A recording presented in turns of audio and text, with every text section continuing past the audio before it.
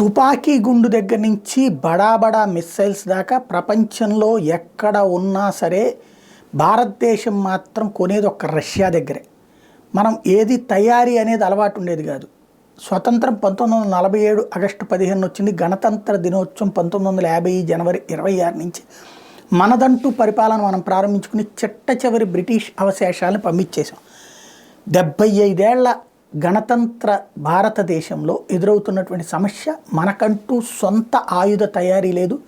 ఇన్నేళ్ల నుంచి ప్రపంచ దేశాల దగ్గర కొనుక్కోవడమే.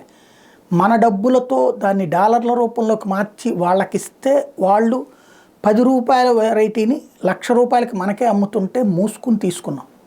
అలాంటి దశ నుండి ఇప్పుడు రూటు మారింది.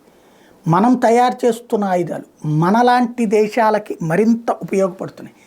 ఏదైతే ప్రపంచ దేశాలు బెదిరించి, అంటే భారీ ఎత్తున డబ్బులు తీసుకుంటూ కూడా వాళ్ళ షరతులకు తగ్గట్టుగా ఉంటేనే ఆయుధాలు ఇస్తామంటున్నటువంటి వేళ ఓపెన్ మార్కెట్ క్రియేట్ చేసింది భారతదేశం.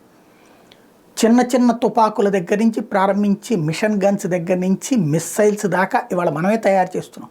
దీంతో చిన్నా చితకా దేశాలన్నీ ఇప్పుడు మన దగ్గరకు వస్తున్నాయి. తాజాగా ప్రస్తుతం భారతదేశం 2 దేశాలతో ఆయుధాలకు సంబంధించి డీల్ కుదుర్చుకుంది. అందులో ఫిలిప్పైన్స్కి ఫాస్టెస్ట్ క్రూయిజ్ మిస్సైల్స్ ఒప్పందం చేసుకున్నది. ఫాస్టెస్ట్ క్రూయిజ్ మిస్సైల్స్ ఫిలిప్పైన్స్ కోసం తయారవుతున్నాయి ఆల్రెడీ. అవి వాళ్ళకి పంపిస్తారు. రెండవది బ్రహ్మోస్ క్షిపణుల్ని మనీలా దేశం అడిగింది.